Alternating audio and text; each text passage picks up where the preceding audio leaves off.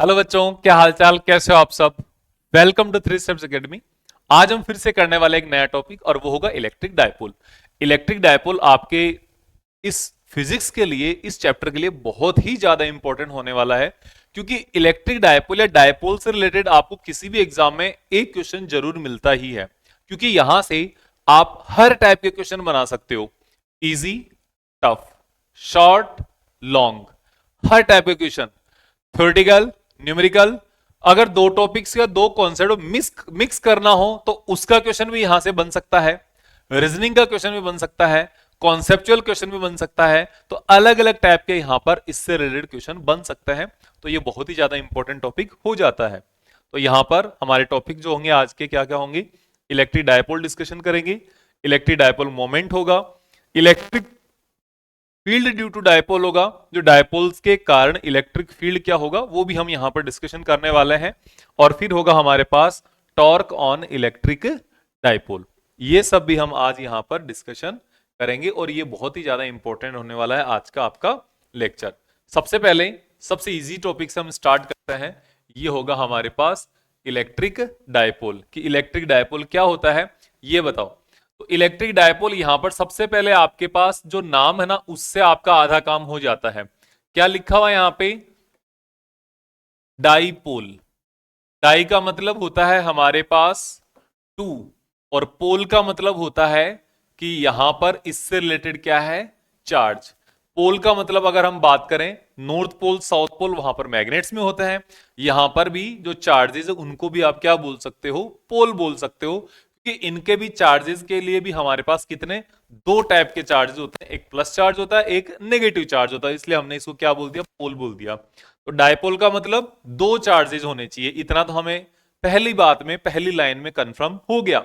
लेकिन वो दो चार्ज की कुछ प्रॉपर्टी होनी चाहिए, कुछ स्पेसिफिकेशन होना चाहिए। ऐसा नहीं कोई भी आप दो चार्ज उठाकर ले आए, बोल दो ये लो डायपोल बन गया, ऐसा नहीं होगा। यहां पर इसकी कुछ कंडीशंस होगी, वो कंडीशंस मैं आपको बता देता हूं। Pair of two equal and opposite charges. एक चार्ज आपके पास प्लस क्यू होगा, दूसरा चार्ज आपके पास माइनस क्यू होगा। Pair of two equal and opposite charges is known as a electric dipole. दो आपके पास चार्ज होंगे, एक चार्ज प्लस क्यू होगा, एक चार्ज माइनस क्यू होगा। दोनों का जो मैग्नीट्यूड है, प्लस क्यू का मैग्नीट्यूड कितना है, क्यू है, और माइनस क्यू का भी मैग्नीट्यूड कितना है, वो भी क्यू है।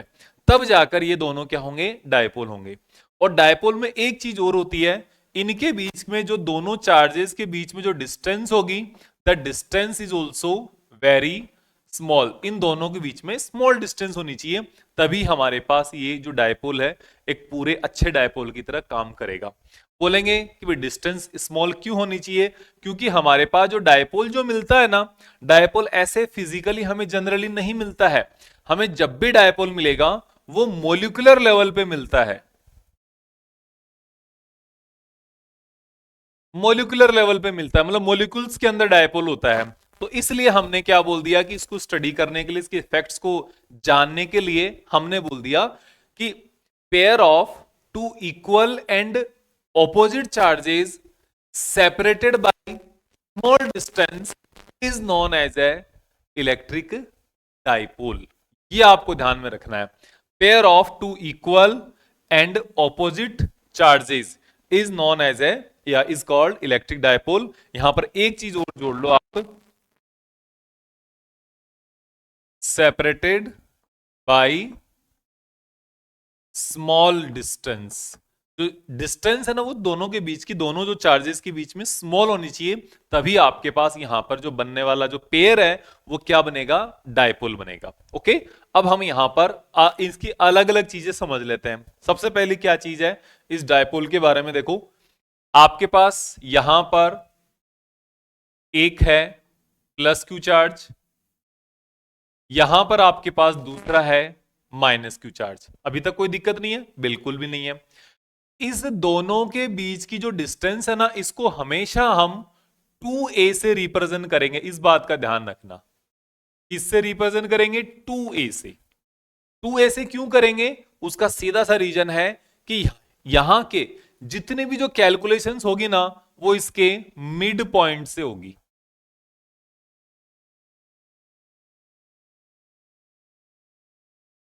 कैलकुलेशंस फ्रॉम मिड पॉइंट,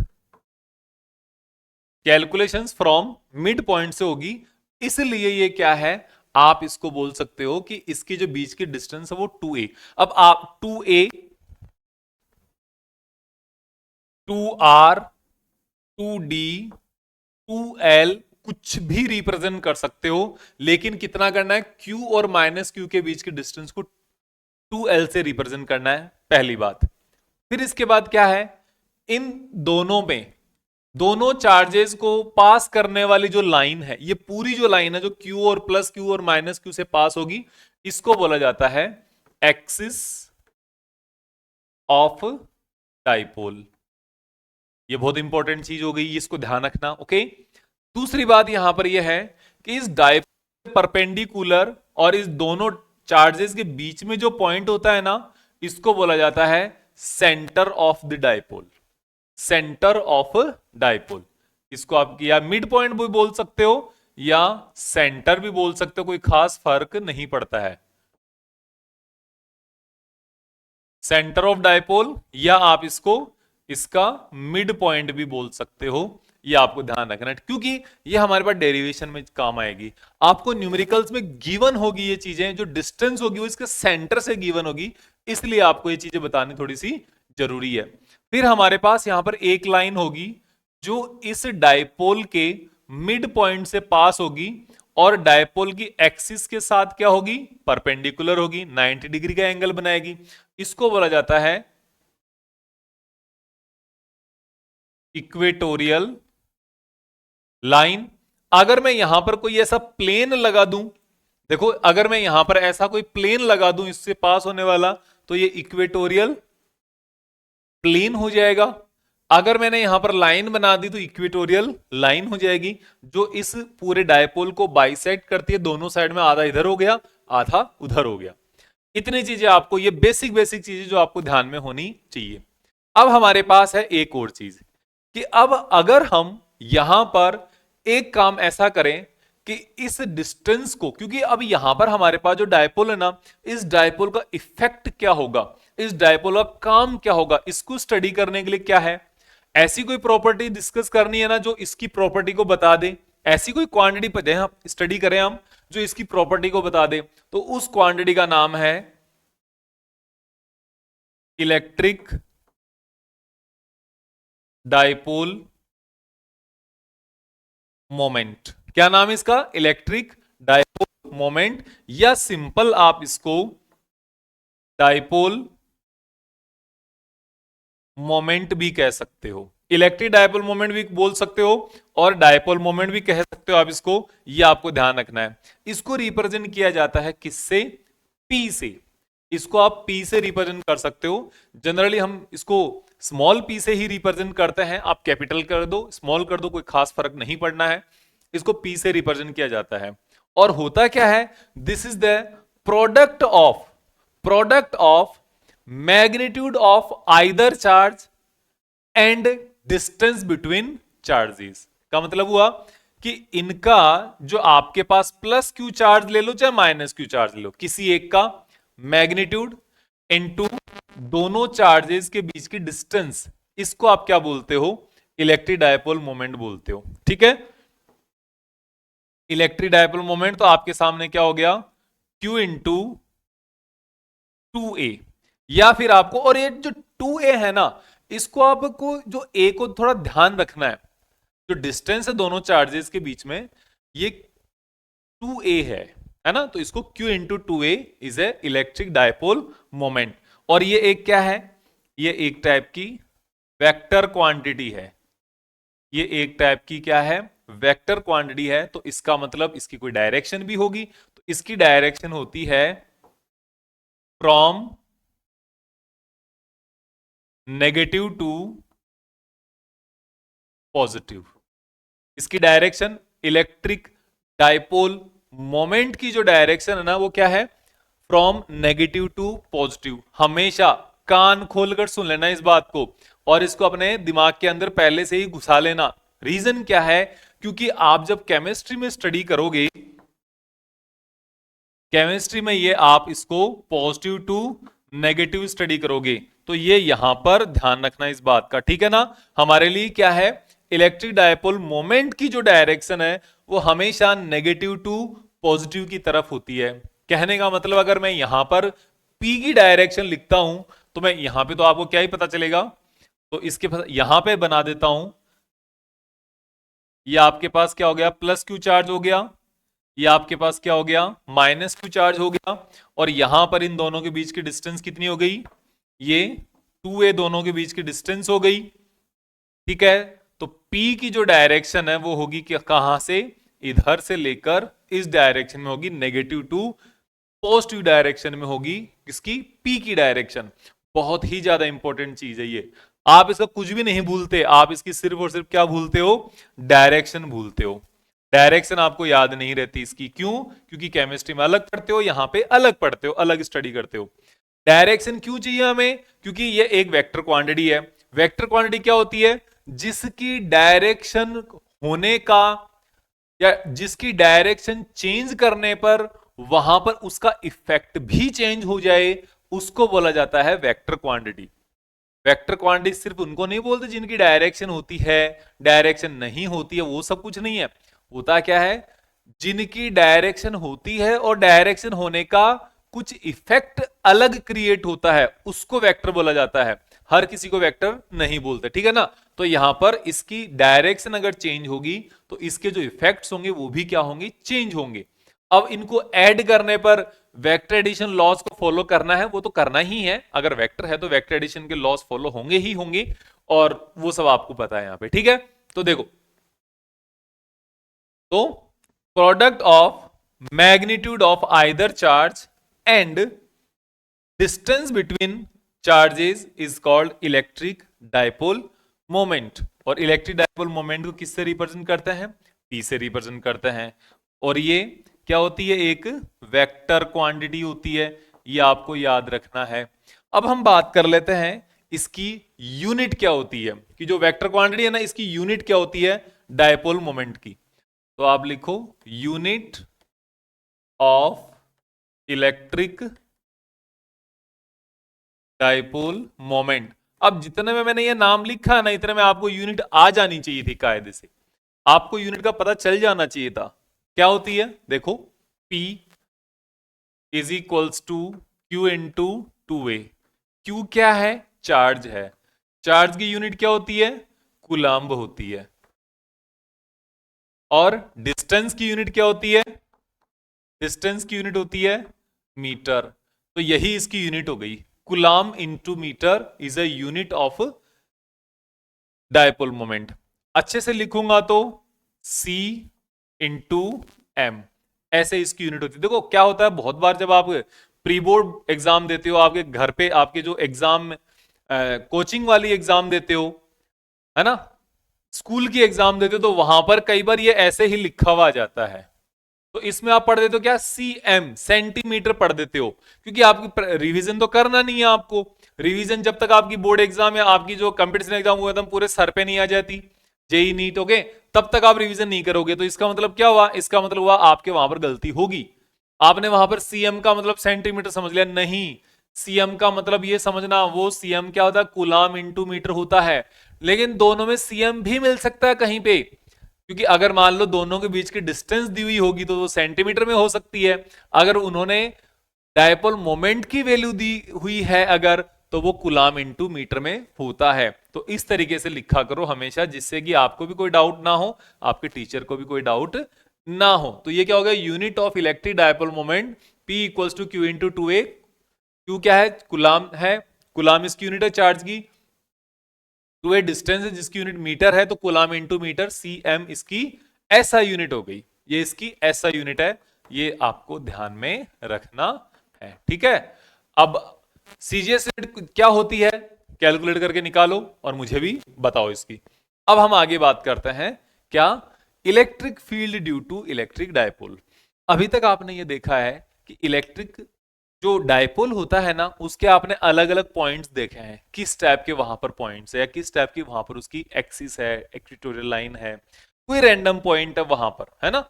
जैसे क्या हुआ, ये आपके पास है एक डायपोल, ये प्लस क्यू चार्ज है, ये माइनस क्यू चार्ज है। इसके दो स्पेसिफिक पॉइंट कौन से हैं? एक पॉइंट तो इसकी ये जो लाइन ज्वाइनिंग है ना, इसको बोला जाता है एक्सिस।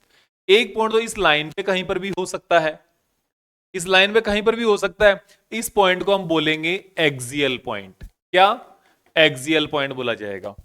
दूसरा पॉइंट क्या होता है? दूसरा होता है इसके इक्विटोरियल लाइन पे, जो इक्विटोरियल प्लेन या लाइन जो भी है ना, इसके ऊपर कोई पॉइंट होगा, इसको बोला जाएगा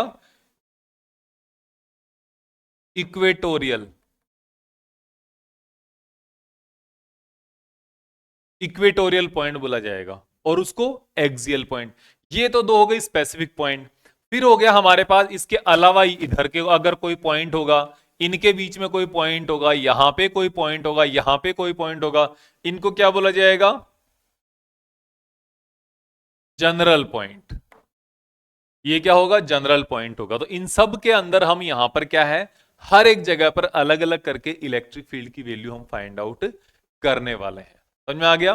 तो देखो, सबसे पहले हमारे पास क्या है, जो इजी वाला काम है वो पहले करेंगे। तो इजी वाला हमारे क्या काम पड़ेगा? सबसे इजी पड़ेगा उसके स्पेसिफिक पॉइंट वाला काम, जिसमें भी हमारे पास सबसे पहले है eight axial point. Axial point आप ऐसे भी बोल सकते हो ऑन एक्सिस, और आप ऐसे भी बोल सकते हो ऑन एक्सियल पॉइंट। ये हमारे लिए क्या हो जाएगा? इक्विटो एक्सियल पॉइंट पर इलेक्ट्रिक फील्ड कैलकुलेट करना है डायपोल के कारण। ठीक है, तो देखो, सबसे पहले देखो, जो इंफॉर्मेशन है ना वो बहुत इंपॉर्टेंट है। हमारे पास सबसे पहले ये डायपोल गिवन है, जिसका एक चार्ज क्या है, माइनस क्यू है, एक चार्ज है हमारे पास प्लस क्यू। दोनों के बीच का जो सेपरेशन है वो कितना है? 2a है। एक्सियल पॉइंट कहां होगा? एक्सियल पॉइंट ये वाली जो लाइन है ना इधर, ये जो लाइन है, इस प्लस क्यू को और माइनस क्यू को कनेक्ट करने वाली लाइन, जिसको आप इधर नेगेटिव इंफिनिटी से स्टार्ट करो और आगे तक इंफिनिटी तक ले जाओ, ये पूरी की पूरी लाइन क्या रहेगी? इसकी एक्सिस रहेगी। इस एक्सिस पर कोई भी एक रैंडम पॉइंट मैंने कंसिडर कर लिया P। इस P पॉइंट पर इलेक्ट्रिक फील्ड की वैल्यू फाइंड आउट करनी है। सिंपल सी बात है, कोई ज्यादा मुश्किल नहीं इसमें। ओके, तो इसके कारण क्या हुआ? इसके कारण हुआ यहां पर आपको इलेक्ट्रिक फील्ड की वैल्यू फाइंड आउट करनी है। इस P की डिस्टेंस आपको गिवन होगी सेंटर R से, सेंटर O से डिस्टेंस इसकी R। मैंने जितना कुछ लिखा है ना उसको सिंपल तरीके से बोल के बता देता हूं। Consider N dipole of minus q charge and plus q charge having separation between charges 2a, and electric field is to be found at point P from its at point P which is located at a distance r from its midpoint or from the center of dipole। Dipole से r distance पर point P है, dipole के centre से, उस P point पर हमें electric field find out करना है। सिंपल सी बात यह है। ओके, तो अब हम इसका काम स्टार्ट कर देते हैं। तो इसका काम स्टार्ट करने के लिए सबसे पहले ये बताओ, यहां पर इलेक्ट्रिक फील्ड हम फाइंड आउट करेंगे तो जो आपको नॉलेज है ना ऑलरेडी, उसी को यूज करेंगे, नया नॉलेज नहीं लेकर आना हमें। ओके, तो आपको क्या पता है? क्या आप डायपोल के कारण इलेक्ट्रिक फील्ड जानते हो? नहीं जानते। सिलेंडर के कारण जानते हो? नहीं जानते। लाइन चार्ज के कारण जानते हो? नहीं जानते। क्या आप पॉइंट चार्ज के कारण किसी डिस्टेंस पर, क्योंकि ये भी पॉइंट चार्ज है, ये भी पॉइंट चार्ज, तो इसके कारण यहां पर जो इलेक्ट्रिक फील्ड की वैल्यू होगी, क्या बता सकते हो?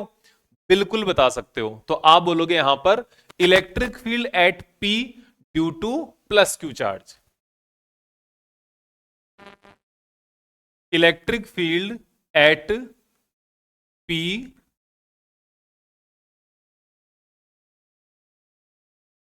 Due two plus Q charge. क्या होता है प्लस क्यू चार्ज? मैं पूरा नहीं लिखूंगा, ड्यू टू प्लस क्यू। क्या होगा? ये होगा E1 is equals to K Q upon are square. R क्या? R distance. किसके बीच की, इस चार्ज और पी के बीच की डिस्टेंस कितनी है, आर है क्या ये वाली डिस्टेंस, नहीं है, आर तो सेंटर से है डिस्टेंस, और सेंटर में से ये वाला जो आधा पार्ट है, ये वाला पार्ट ये सबट्रैक्ट होगा, तब जाके ये डिस्टेंस मिलेगी। तो ये वाली जो डिस्टेंस है आपकी यहां से लेकर यहां तक की होगी आर माइनस ए।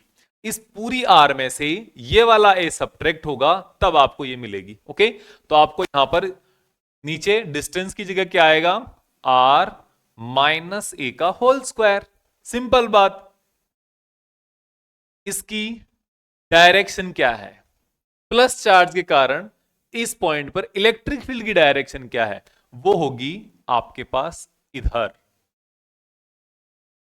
E1, क्योंकि प्लस क्यू चार्ज से अवे होगी रेडियल, दूर की तरफ होगी, बिल्कुल होगी कि नहीं होगी, यस।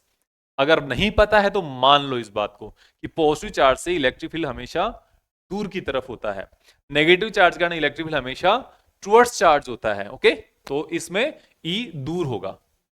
फिर अगर हम बात करें नेगेटिव चार्ज के कारण, तो बताओ electric field at P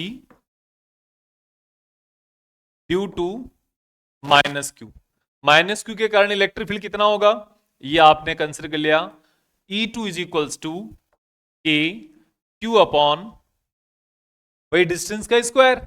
distance कितनी है इस बार इसकी डिस्टेंस है ना, ये आर है, ये तो आर थी, इसमें ये ए ऐड हो गया, पहले तो ये ए कम हुआ क्योंकि इतना सा था, अब क्या है ये यहां से लेकर यहां की बात कर रहा है, तो ये आर प्लस ए होगा कि नहीं होगा, बिल्कुल होगा। तो आपने लिख दिया r plus a whole square, काम हो गया आपका, ये दोनों आपके पास काम आ गए।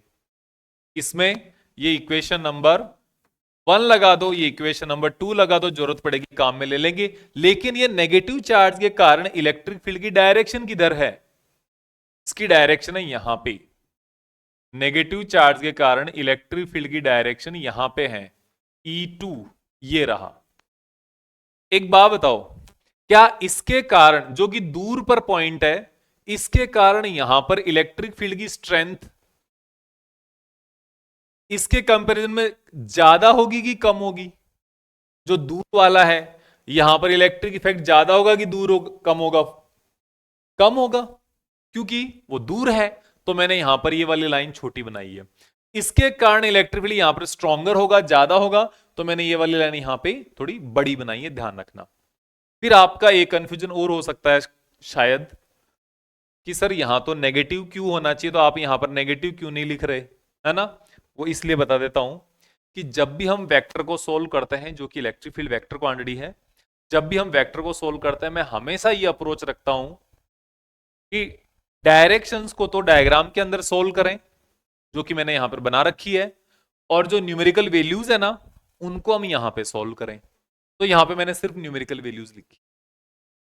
ओके, और क्योंकि हम हमेशा ऐसा करेंगे तो सही रहेंगे, अदरवाइज नेक्स्ट जो डेरिवेशन आएगा ना, वहां पे इस नेगेटिव वाले का जो चक्कर है वो खत्म हो जाएगा, फिर वो काम नहीं होगा। वहां पे नेगेटिव अगर क्यू यूज कर लेंगे तो वो सोल्व ही नहीं होगा। तो ऐसा काम नहीं करना मुझे कि आधे काम में तो मैं एक तरीके से कर रहा हूं और रिमेनिंग बचे हुए आधे काम में मैं दूसरे तरीके से कर रहा हूं, नहीं, हर काम हर जगह सेम तरीके से होना है।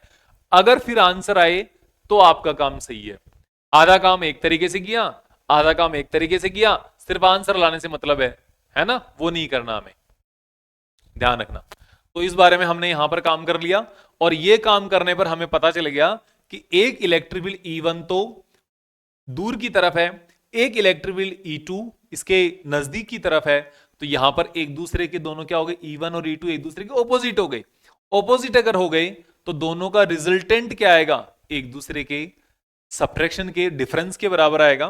तो आप यहां पर देख सकते हो net electric field at P, net electric field at P वो क्या होगा, वो होगा E is equals to E1 minus E is equals to E1 minus E2 हो गया आपके पास। सिंपल सी बात है, E1 और E2 की वैल्यू रख दो, आंसर आ जाएगा आपका। तो यहां पर आप देखो E is equals to E1 की वैल्यू कितनी है, ये रही यहां पे E1 की वैल्यू है k Q upon are minus a whole square minus E2 का मतलब k Q upon r plus a whole square. आपका रिजल्ट आ गया है, अब इसको सिर्फ सोल्व करना है। सोल्व करने पर हमें क्या मिलेगा, इसको एलसीएम ले यहां पे, तो जो कॉमन आ रहा है उसको कॉमन ले लो पहले, के क्यू कॉमन आ गया। अब नीचे ये सब दोनों क्या आ जाएंगे, एलसीएम आ जाएंगे, r minus a whole square r plus a whole square हो गया। अब क्या करना है, ये आर माइनस ए तो यहां से कैंसिल हो जाएगा और आर प्लस यहां बच जाएगा। वो फ्रैक्शंस को ऐड करना डिफरेंस करना आता है ना, वही चीज है, minus r minus a whole square. ठीक है, इसको सोल्व करने पर क्या आएगा अपने पास, देखो यहां पर ये के क्यू तो बाहर आ जाएगा और जो अंदर है वो क्या बचेगा। सबसे पहले डिनोमिनेटर वाले को देखते हैं, ये a plus a minus b a plus b, तो a square minus b square हो जाएगा, आर स्क्वायर माइनस ए स्क्वायर, फिर दोनों का स्क्वायर है तो इसका होल स्क्वायर हो जाएगा, पहली बात।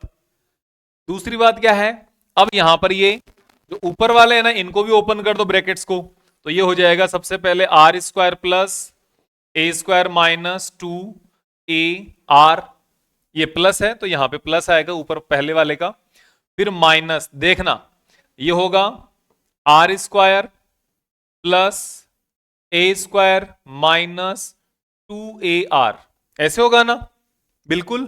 तो हम क्या करेंगे यहां पे, इस माइनस को अंदर मल्टीप्लाई कर देंगे इसको, उससे क्या होगा, ये जो है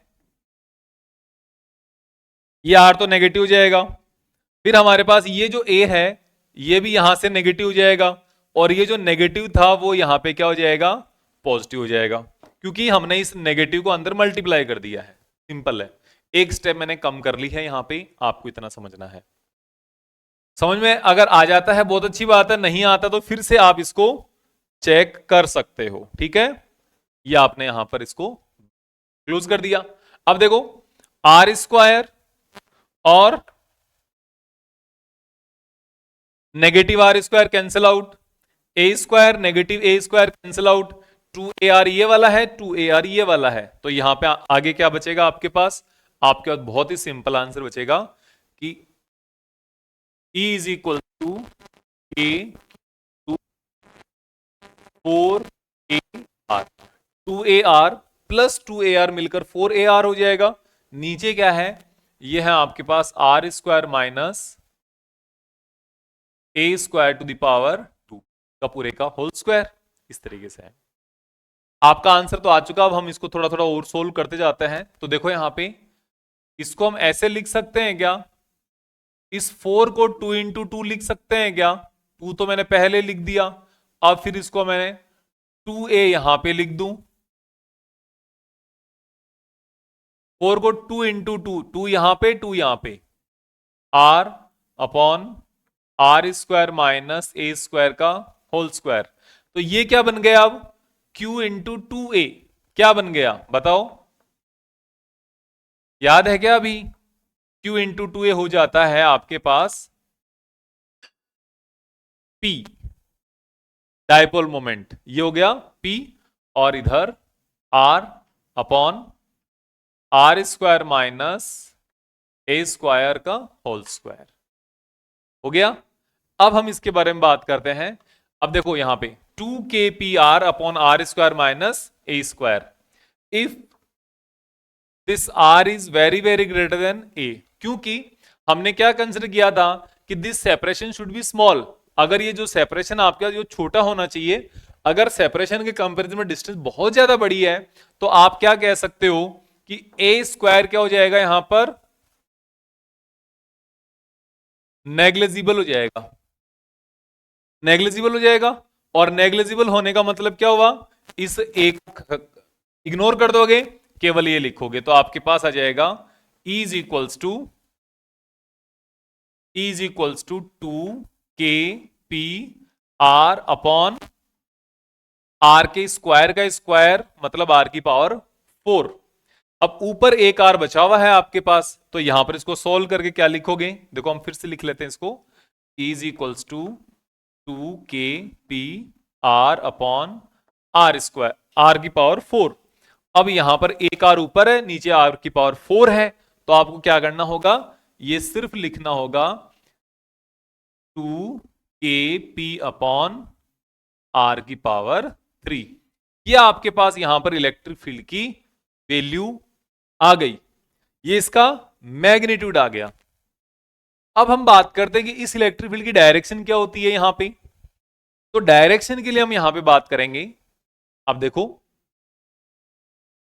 डायरेक्शन के लिए होगा कि इस पॉइंट पर पॉजिटिव चार्ज के कारण इलेक्ट्रिक फील्ड कितना है, वो ये रहा K Q upon are minus A square, और वैसे भी ये नजदीक है, तो E1 is greater than E2। क्यों, क्योंकि यहां पर के क्यू अपॉन आर प्लस ए का होल स्क्वायर, आर प्लस ए बड़ा होता है कि आर माइनस ए बड़ा होता है, आर प्लस ए बड़ा होता है, तो जिसका डिनोमिनेटर बड़ा वैसे छोटा, तो E1 is greater than E2। तो डायरेक्शन किधर होगी, direction will be along E1, direction of E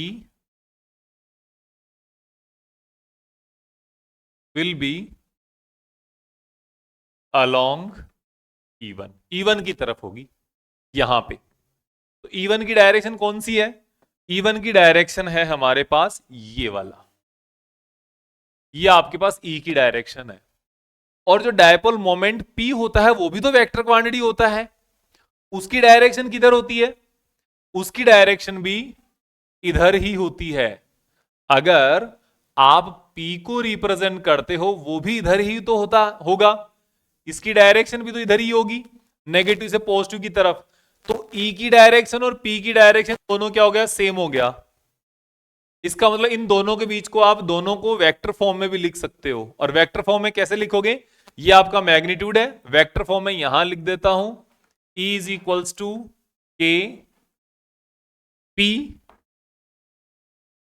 upon R cube, ये तो न्यूमेरिकल हो गया, मैग्नीट्यूड हो गया। वेक्टर इसके ऊपर वेक्टर लगा दो, इसके ऊपर वेक्टर लगा दो, तो ये आपके पास इसकी वेक्टर फॉर्म भी हो गई। ये क्या है, vector form, vector form of electric field. समझ में आ गया, इस तरीके से आपको यहां पर इसको करना है। अब हम इसका और काम करते हैं, यहां पे देखो और अच्छे से करने पर क्या होगा कि यहां पर आपको इस डायरेक्शन में इलेक्ट्रिक फील्ड इधर है, यहां पे इलेक्ट्रिक फील्ड किधर कौन सी डायरेक्शन में होगा बताओ, इस वाली साइड में। और इस वाली साइड में इलेक्ट्रिक फील्ड देखने के लिए हम अलग से देखते हैं एक बार, देखो इसके कारण इलेक्ट्रिक फील्ड किधर होगा, इधर होगा, नेगेटिव वाले के कारण E2, ओके। और जो पॉजिटिव वाले के कारण E1 है, इसके कारण इसकी वजह से इलेक्ट्रिक फील्ड वो होगा इधर, और इस बार ये E1 इधर होगा, तो E2 is greater than E1, क्योंकि नेगेटिव चार्ज नजदीक है, उसका इफेक्ट ज्यादा होगा, उसके कारण इलेक्ट्रिक फील्ड ज्यादा होगा, तो यहां पर E2 is greater than E1। तो नेट इलेक्ट्रिक फील्ड हमेशा इधर भी कौन सी डायरेक्शन में आएगा, नेट इलेक्ट्रिक फील्ड तो अभी भी इसी डायरेक्शन में आएगा, ई नेट। तो यहां पर भी इलेक्ट्रिक फील्ड इधर है, यहां पर भी इलेक्ट्रिक फील्ड इधर है, इसका मतलब इलेक्ट्रिक फील्ड हमेशा जो पूरी एक्सियल लाइन है इसके अंदर इलेक्ट्रिक फील्ड क्या है, पी की डायरेक्शन में ही है, जिधर पी की डायरेक्शन होगी उधर ही इलेक्ट्रिक फील्ड होगा। लेकिन जो बीच वाला एरिया है ना, यहां पे इलेक्ट्रिक फील्ड इसके अलोंग नहीं होगा, पी के अलोंग, ये आपको ध्यान रखना है, क्योंकि यहां पे जो इलेक्ट्रिक फील्ड होगा वो तो पॉजिटिव से नेगेटिव की तरफ होगा इलेक्ट्रिक फील्ड, लेकिन डायपोल मोमेंट नेगेटिव से पॉजिटिव की तरफ होगा। ये बात गांठ बांध लेना, इस बात को टाई कर लो, समझ में आया, तो ये आपको देखना है। अब हम बात करते हैं इसके आगे, ये आपका इलेक्ट्रिक फील्ड की वैल्यू डायरेक्शन के साथ हो गई। ये वाली जो चीजें हैं वो मैंने आपको अलग से बताई है, हमने कैलकुलेशन यहां पर करी। समझ में आया? अब हम आगे नेक्स्ट काम करते हैं। नेक्स्ट है हमारे पास इलेक्ट्रिक फील्ड एक पॉइंट पर आ गया। कौन से पॉइंट पर? एक्सियल पॉइंट पे। अब हम बात करते हैं इसके इक्वेटोरियल पॉइंट पर इलेक्ट्रिक फील्ड कहां होगा। वो इक्वेटोरियल पॉइंट। अब इक्वेटोरियल पॉइंट आपको देखना है कहां पे आएगा। देखो, तो आपके पास फिर से एक पॉजिटिव चार्ज है, एक आपके पास नेगेटिव चार्ज है। ये इन दोनों का सेंटर O है। ये आपके पास जो पॉइंट वो एक को A पॉइंट कंसिडर कर लेते हैं, एक को B पॉइंट कंसिडर कर लेते हैं, कोई दिक्कत नहीं है। और जो आपके पास इलेक्ट्रिक फील्ड फाइंड आउट करना वो सेंटर से डिस्टेंस R, सेंटर से डिस्टेंस R पर आपका इलेक्ट्रिक फील्ड फाइंड आउट करना है। यहां पे आपके पास कोई पॉइंट P है इसके ऊपर, ठीक है, ओके। अब इसका इलेक्ट्रिक फील्ड कैसे आएगा वो देखो।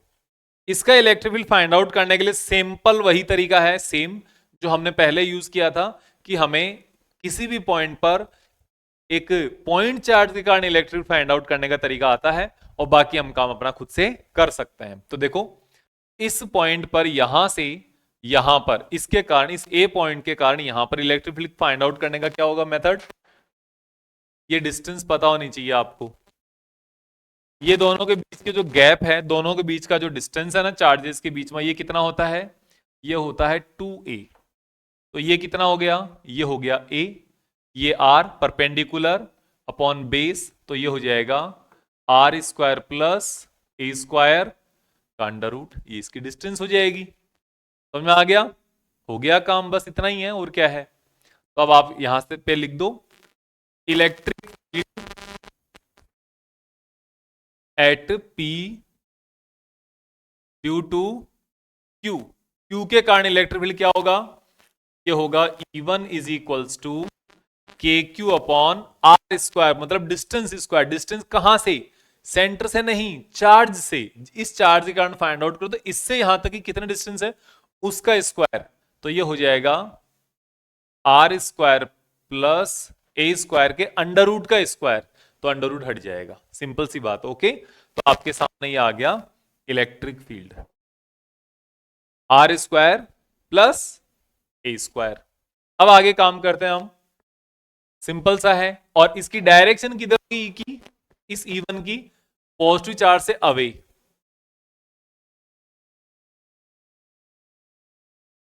इसकी डायरेक्शन इधर होगी, E1। अब दूसरे की फाइंड आउट करते हैं। Electric field at P due to minus Q. Minus Q के कारण क्या होगा? E2 is equals to KQ upon ये डिस्टेंस। KQ तो आएगा ये वाली डिस्टेंस, और ये डिस्टेंस भी इसके बराबर ही है। तो आप लिख दोगे R square plus A square के अंडर रूट का स्क्वायर। तो ये क्या हो गया? इक्वल हो गया। और इस इलेक्ट्रिक फील्ड E2 की डायरेक्शन किधर होगी? इसकी डायरेक्शन नेगेटिव चार्ज है ना, टुवर्ड्स नेगेटिव चार्ज E2। अब आपको resultant electric field find out करना है। E1 और E2 का जो रिजल्ट है वो किधर आएगा वो देखना है। तो देखो, इसका हम एक बात करते हैं। अगर E1 एंड E2 एक दूसरे के सेम डायरेक्शन में होते, दोनों ऐसे हो जाते, अगर E1 और E2, तो हम दोनों को ऐड कर देते। अगर E1 इधर होता, E2 इधर होता, तो हम दोनों को क्या कर देते? सब्ट्रैक्ट कर देते एक दूसरे के लिए। लेकिन दोनों ना ऑपोजिट है ना सेम है, ये दोनों अलग अलग डायरेक्शन में है। एक इधर जा रहा है, एक इधर जा रहा है। तो इनके लिए हमें सोल्व करने के दो तरीके हैं। एक तरीका होता है इनका वेक्टर एडिशन लगा दो एंगल फाइंड आउट करके। दूसरा तरीका है इनको कंपोनेंट्स में रिजोल्व कर दो। तो अभी यहां पर कंपोनेंट्स में रिजोल्व करना बहुत आसान है, इसलिए इनका रिजल्टेंट फाइंड आउट करने के लिए मैं क्या करूंगा? इनको कंपोनेंट्स में रिजोल्व करूंगा। तो कंपोनेंट्स में रिजोल्व करने के लिए हम यहां पर देखते हैं। देखो, जैसे ये एक लाइन है दोनों को ज्वाइन करने वाली, इसके पैरेलल लाइन एक ड्रॉ कर देता हूं यहां पे। येलो पैरेलल लाइन हो गई, जिससे ये दोनों पैरेलल लाइन है और ये दोनों एंगल क्या हो गए, कॉरस्पॉन्डिंग एंगल हो गई। अगर ये थीटा तो ये भी थीटा, बिल्कुल। ये दोनों ट्रायंगल एक दूसरे कॉन्ग्रेंट ट्रायंगल है कि नहीं, ये ए है ये भी ए है, ये दोनों में कॉमन है, ये 90 डिग्री का एंगल है दोनों के अंदर, कॉन्ग्रेंट ट्रायंगल के कॉरस्पॉन्डिंग एलिमेंट्स बिल्कुल सेम होते हैं। तो ये थीटा हुआ तो ये भी थीटा ही होगा, और अगर ये थीटा हुआ तो ये क्या है, ये अल्टरनेट एंगल है, ये भी थीटा ही होगा। तो एंगल मिल गए आपको दोनों। तो एंगल मिलने से अब आप क्या कर सकते हो, अब आप इसको बता सकते हो कि इस E1 का एक कंपोनेंट इस पैरेलल लाइन के पैरेलल होगा, इधर होगा यहां से इस डायरेक्शन में, वो होगा E1, एंगल बन रहा है तो कॉस थीटा, जिसके साथ एंगल बनता है ना जिस लाइन के साथ, वो कंपोनेंट कॉस थीटा होता है। और जो परपेंडिकुलर कंपोनेंट है ये वाला, ये हो जाएगा E1 साइन थीटा, हो गया। फिर E2 के दो कंपोनेंट निकालो, एक तो इसके पैरेलल इस लाइन के अलोंग एंगल बना हुआ है तो E2 कॉस थीटा, और दूसरा यहां पर इसके ऑपोजिट इधर वर्टिकल कंपोनेंट ये आ गया E2 साइन थीटा। हुआ कि नहीं हुआ, दोनों कंपोनेंट आपको मिल गए, दो इसके मिल गए दो इसके मिल गए। अब आपको पता चल गया क्या, E1 sine theta and E2 sine theta, इनको जब आप देखोगे तो E1 का मैग्नीट्यूड और E2 का मैग्नीट्यूड क्या इक्वल है क्या, यहां से E1 और E2 इक्वल है, बिल्कुल इक्वल है। तो यहां पे क्या हुआ, E1 sine theta and E2 sine theta, ये दोनों एक दूसरे से हो गए cancel out with each other and they will not provide any kind of resultant electric, okay. ये दोनों एक दूसरे को कैंसिल आउट हो गए, इनको आप यहां से कैंसिल कर दो, नोटबुक में लिख लेना, नोट कर लेना, क्योंकि मैग्नीट्यूड में सेम है, डायरेक्शन ऑपोजिट खत्म। लेकिन जो E1 cos theta and E2 cos theta है वो हमें क्या देंगे, ये दोनों कर रिजल्ट देंगे ऐड होके, क्योंकि दोनों सेम डायरेक्शन में है। तो आपके पास आ गया E नेट या E is equals to E1 cos theta plus E2 cos theta, E1 cos theta and E2 cos theta का दोनों का एडिशन करोगे, और आपको पता है E1 और E2 क्या है, दोनों मैग्नीट्यूड में सेम है, तो आप इसको लिख सकते हो क्या, E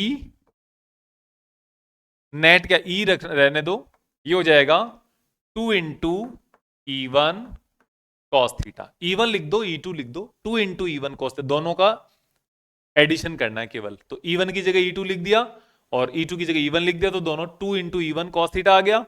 अब यहां पर E1 की वैल्यू रख दो और कॉस थीटा की वैल्यू रख दो, हो जाएगा आपका काम। तो यहां से आप देखोगे तो E1 कितना है, ये रहा K Q upon are square plus A square, ये तो आपका E1 की वैल्यू आ गई, साथ में कॉस थीटा भी तो है, कॉस थीटा की भी वैल्यू रख दो यहां पे। अब देखो कॉस थीटा की वैल्यू कैसे, इस ट्राइंगल को कंसिडर करना है, ट्राइंगल को, ये वाले ट्राइंगल है, ये ए है, ये आर है, ये आर स्क्वायर प्लस ए स्क्वायर का अंडर रूट, और ये थीटा है। तो कॉस थीटा कितना आएगा, कॉस थीटा आएगा base upon hypotenuse, base A upon hypotenuse R square plus A square का अंडर रूट, ये आर स्क्वायर प्लस ए स्क्वायर की पावर हाफ, ये आर स्क्वायर प्लस ए स्क्वायर की पावर 1, तो 1 और हाफ कितना हो जाएगा, 1.5, डेढ़ पावर हो जाएगी कि नहीं। तो ये आ जाएगा E is equals to 2 into K Q A upon are square plus A square to the power 3/2, हो गया कि नहीं, बिल्कुल। तो अब हम आगे बात कर लेते हैं, E इज इक्वल्स टू के इंटू क्यू, और 2 को ए के साथ ले गए तो क्या बन गया, Q इंटू 2A बन गया ना, तो ये काम आ जाएगा अपने। और नीचे आर स्क्वायर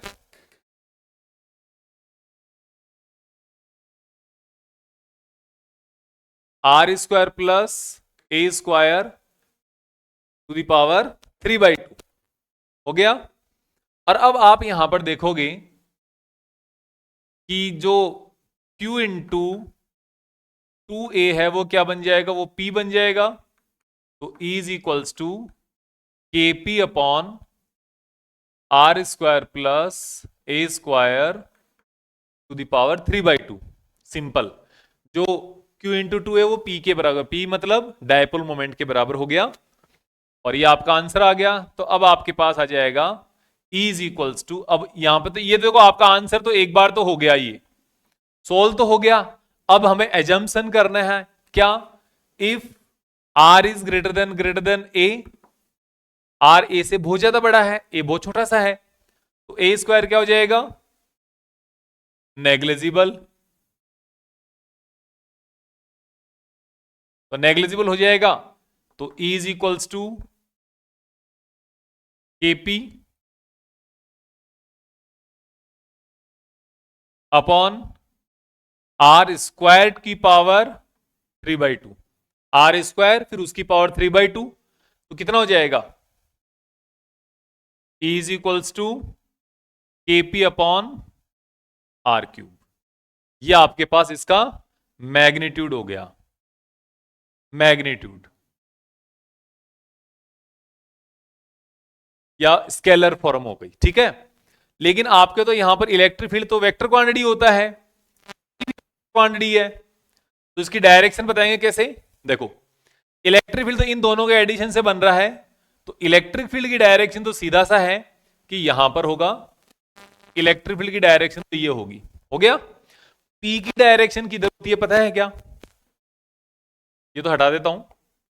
पी की डायरेक्शन होती है हमारे पास ये यहां पे, नेगेटिव से पॉजिटिव की तरफ। यहां पर जो पी की डायरेक्शन है वो होगी यहां पे इस डायरेक्शन में, पी इधर होगा, और इलेक्ट्रिक फील्ड किधर होगा, वो इधर होगा।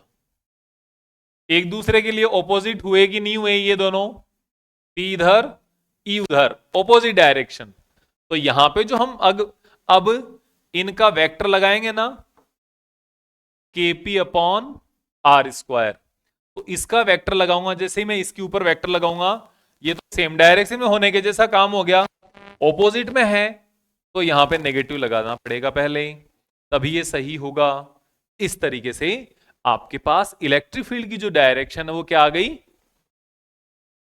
ये नेगेटिव लगाने में KP upon are square equals to E के बराबर आ गई। इस तरीके से आप इसको अच्छे से समझ सकते हो। This is how our electric field is there in case of equatorial point. तो आपने एक चीज लर्न की होगी यहां पे, इक्वेटोरियल पॉइंट पर इलेक्ट्रिक फील्ड पॉजिटिव से नेगेटिव वाली साइड में है। अब चाहे इक्वेटोरियल पॉइंट पर ये पॉइंट चाहे यहां पर हो, चाहे यहां पर हो, चाहे नीचे हो, कहीं पर भी हो, इलेक्ट्रिक फील्ड हमेशा इधर ही रहेगा। ओके। और इस एक्सियल वाली जो लाइन थी यहां पे इलेक्ट्रिक फील्ड हमेशा इसके एक्सिस के इस डायरेक्शन में रहेगा, इलेक्ट्रिक फील्ड इधर रहेगा इसके बाहर, यहां पे इस तरफ, और जो P है P भी इधर ही है, तो यहां पे आपने क्या लगाया था, सेम डायरेक्शन, तो वेक्टर लगाया था, नेगेटिव नहीं लगाया था। ये आपको ध्यान रखना है इसके लिए। तो इतना सब कुछ करने के बाद आपको इलेक्ट्रिक फील्ड के बारे में यहां पर सारा काम हो जाता है। ओके, तो आपने इलेक्ट्रिक फील्ड फाइंड आउट कर लिया। अब हम बात करते हैं कि जो इलेक्ट्रिक फील्ड एक्सियल पॉइंट में कितना है, E equals to 2 into KP upon R³, और इक्वेटोरियल कितना है, केपी अपॉन R³। 2 नहीं है यहां पे, तो दोनों के बीच में रिलेशन क्या हुआ, relation between E axial and E equatorial. ये देखो, तो E एक्सियल क्या था, ये था 2 kp अपॉन आर क्यूब, और ई इक्वेटोरियल क्या है, वो है kp अपॉन आर क्यूब। दोनों में रिलेशन बता दो, तो E axial upon E equatorial equals to 2 kp upon R cube, और इधर kp upon R cube. kp से kp कैंसिल, आर क्यूब से आर क्यूब कैंसिल, 2/1। इस तरीके से आपका काम हो जाएगा। एक्सियल वाला इसके कंपेरिजन में क्या है, डबल है। Axial is equals to 2 into equatorial, ठीक है।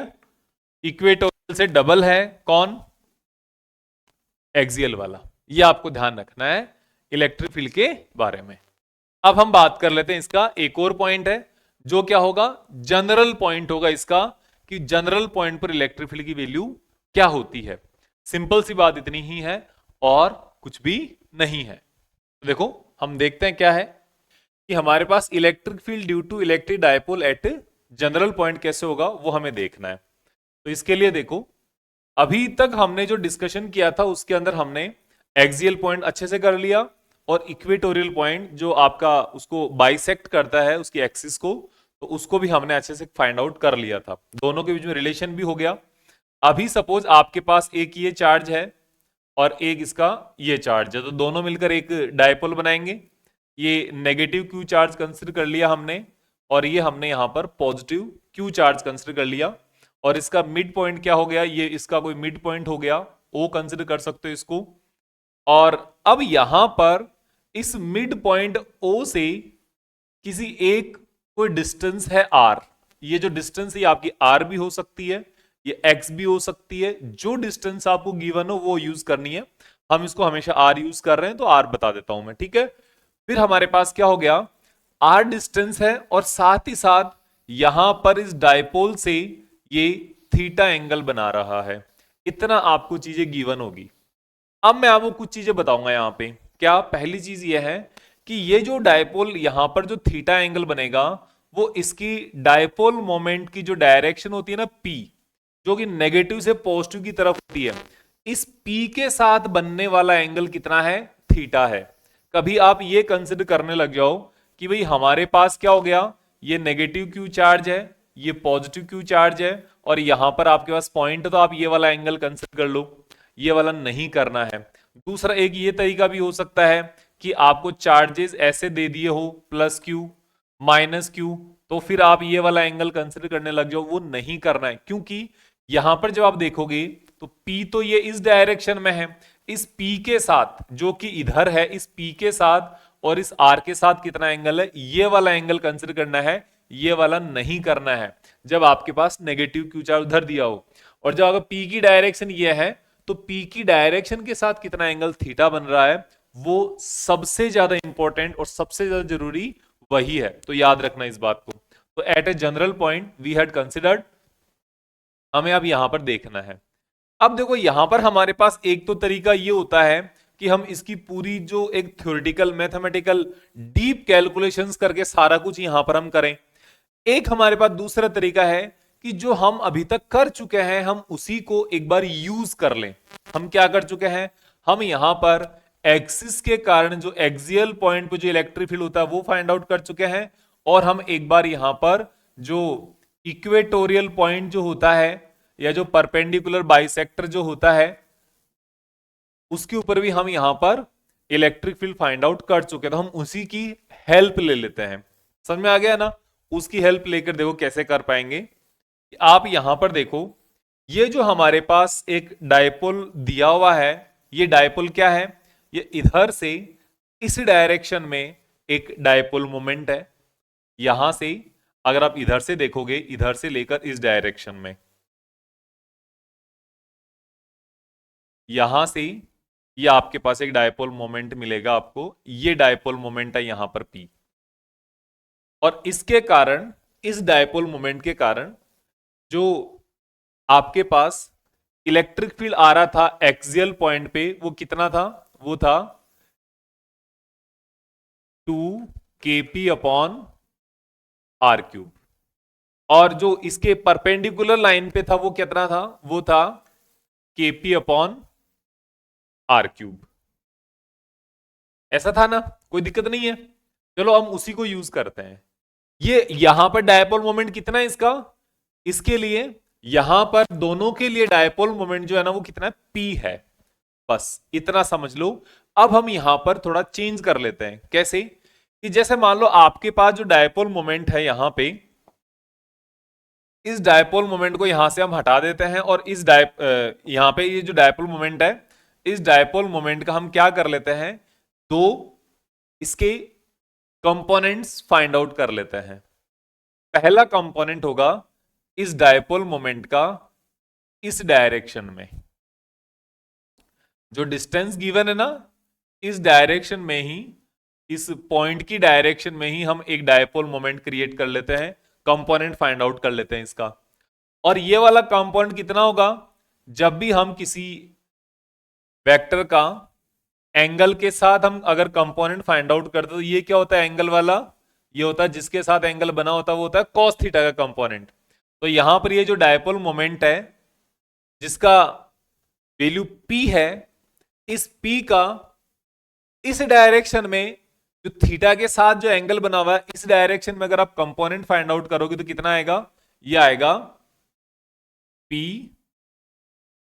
cos theta. एक कंपोनेंट ये आ गया।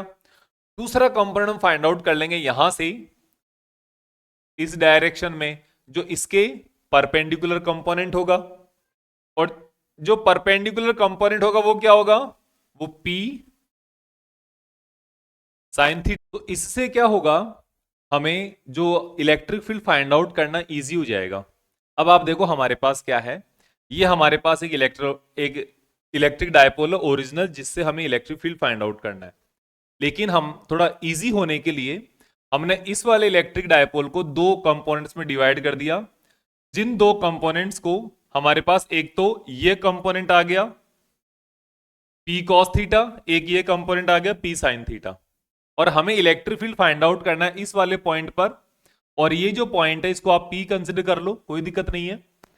और अब इस पॉइंट पर जो इलेक्ट्रिक फील्ड होगा वो एक तो इस वाले डायपोल के कारण फाइंड आउट कर लेंगे p cos थीटा के कारण, और p cos थीटा के अकॉर्डिंग अगर आप देखोगे तो ये वाला पॉइंट एक एक्सियल पॉइंट ही तो हो गया ना, इस वाले के अलोंग ही लाइन है ये, तो ये हो गया एक्सियल पॉइंट। किसके कारण? इस p cos थीटा के कारण। और ये जो p sin थीटा है, ये वाला अगर आप डायपोल कंसिडर करते हो तो इस p को sin थीटा के लिए ये वाला पॉइंट क्या हो गया? ये एक परपेंडिकुलर पॉइंट हो गया या इक्वेटर वाला पॉइंट हो गया। सिंपल सी बात इतनी ही है। अगर ये समझ में आ गया तो आपका डेरिवेशन ये मान लो खत्म है, केवल अब मैथमेटिक्स करनी है। तो करते हैं। तो आप ये देखो, electric field at p due to p cos theta, इस p cos थीटा के कारण, तो ये होगा E एक्सियल होगा इसके कारण, या आप इसको E पैरेलल भी कंसिडर कर सकते हो, कैसे भी आप लिख लो, कोई फर्क नहीं पड़ेगा। तो E axial is equals to E 2kp cos theta upon r³। अब आप समझना है सिर्फ 2kp/r³, ये तो एज इट इज आ गया यहां से एक्सियल वाले का, और यहां पर डायपोल मोमेंट p होता है तो p लिख दिया, और यहां पर डायपोल मोमेंट होता है p cos थीटा, तो हमारे पास क्या आ गया? ये p cos थीटा आ गया। सिंपल सी बात इतनी है और कुछ भी नहीं है। फिर मैं लिख देता हूं यहां पर, ये वाला जो डायपोल है इसके कारण, ये वाला क्या है? इसके लिए ये परपेंडिकुलर कंपोनेंट है या परपेंडिकुलर लाइन है, तो इसके लिए देख लेते हैं। उससे पहले ये जो EA है एक्सियल वाला इलेक्ट्रिक फील्ड है, इसकी डायरेक्शन क्या होगी? इसकी डायरेक्शन होगी इधर, क्योंकि ये जो आपके पास इलेक्ट्रिक फील्ड होता है एक्सियल लाइन पे या एक्सियल पॉइंट पे, तो उसकी जो इलेक्ट्रिक फील्ड की डायरेक्शन है वो डायपोल की डायरेक्शन में ही होता है, कि जिधर डायपोल मोमेंट होगा उधर ही आपके पास इलेक्ट्रिक फील्ड की डायरेक्शन होगी, जो हमने जस्ट अभी पहले वाले टॉपिक में किया था।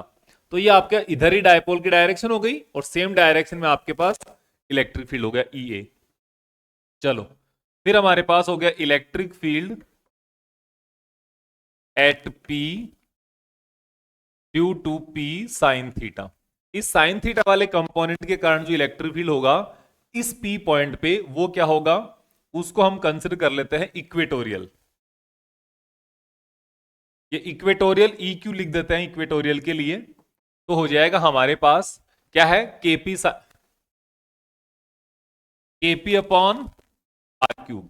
ये आपके पास इक्वेटोरियल पॉइंट पर इलेक्ट्रिक फील्ड होता है, परपेंडिकुलर पॉइंट पे इलेक्ट्रिक फील्ड होता है, इसके कारण, इस डायपोल के कारण, बाइसेक्टर पे। तो ये आपके पास KP cos theta, KP upon R cube. लेकिन यहां पर जो डायपोल है ना वो पी नहीं है, क्या है, पी साइन थीटा है। तो आपके पास ये आ गया पी साइन थीटा। सिंपल सी बात इतनी सी है और कुछ भी नहीं है। और इसकी जो डायरेक्शन होती है हमेशा वो डायपोल मोमेंट के कारण ऑपोजिट डायरेक्शन में होगी इधर। ये आपको ज्यादा ध्यान रखने की बात है, फिर से बता देता हूं कि जो आपके पास एक्सियल पॉइंट होता है वहां पर इलेक्ट्रिक फील्ड की डायरेक्शन क्या है, टुवर्ड्स डायपोल की डायरेक्शन में होती है। जिधर डायपोल की डायरेक्शन है उधर ही इलेक्ट्रिक फील्ड की डायरेक्शन है, जो आपके पास ये हो गई। अगर मैं बाइसेक्टर की बात करूं या इक्वेटोरियल लाइन की बात करूं तो परपेंडिकुलर वाली जो डायरेक्शन है, जैसे यहां पर ये वाला डायपोल है, इसके बाइसेक्टर पे जो इलेक्ट्रिक फील्ड की डायरेक्शन होगी वो इसके ऑपोजिट डायरेक्शन में होगी। आप इसका जो एग्जांपल है वो पहले जस्ट देख सकते हो यहां पे। ये देखो इसके कारण ये आपके पास पॉजिटिव से नेगेटिव, नेगेटिव से पॉजिटिव पी की डायरेक्शन है ये रही, और इलेक्ट्रिक फील्ड की डायरेक्शन इसके ऑपोजिट है ना। तो आपको ये ध्यान में रखना है। फिर हम आगे बात कर लेते हैं इसकी ओर।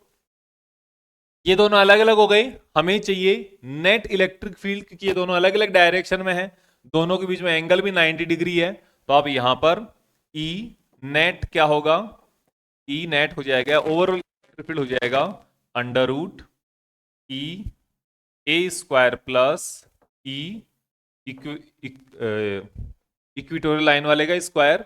तो अब आप यहां पर इनकी वैल्यूज रख दो। तो वैल्यूज रखोगे तो क्या बनेगा, KP cos theta upon R cube square plus KP sine theta upon R cube square.